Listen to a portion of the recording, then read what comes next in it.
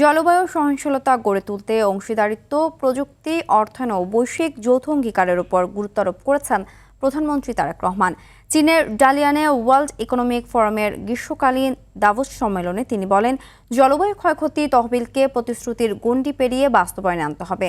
একই সঙ্গে ঝুঁকিপূর্ণ দেশগুলোর জন্য জলবায়ু অর্থায়ন সহজলভ্য করা এবং সবুজ জলবায়ু তহবিলকে আরও কার্যকর করার আহ্বান জানান তিনি।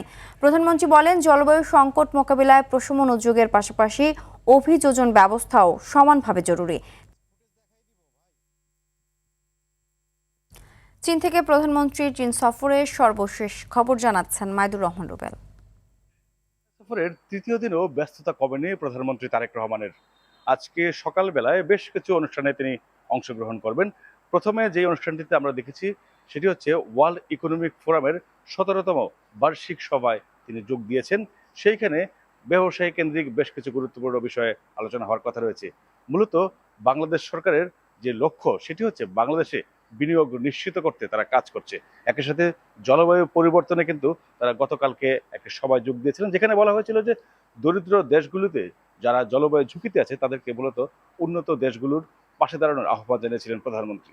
এছাড়া আজকে এই ওয়ার্ল্ড ইকোনমিক ফোরামের বৈঠক শেষ করে তিনটি গুরুত্বপূর্ণ মিটিংয়ে অংশ নেবেন, যেখানে আমরা শুনতে পেয়েছি, যেটি জানতে পেরেছি সেটি হচ্ছে গিয়ে এই চায়নার রোড অ্যান্ড সেতু বিভাগের চেয়ারম্যানের সাথে সাক্ষাৎ করার কথা রয়েছেন, রেল বিভাগের চেয়ারম্যানের সাথে সাক্ষাৎ করার কথা রয়েছেন, এবং এখানে আরো বেশ কয়েকটি গুরুত্বপূর্ণ বিষয়ে এখানে দ্বিপাক্ষিক বৈঠক কিন্তু হওয়ার কথা রয়েছে ডালিয়ানে, যেইখানে মূলত তারা বাংলাদেশে রেলকে আরো উন্নত কিভাবে করা যায় সেই বিষয়টি কিন্তু গুরুত্ব পাবে।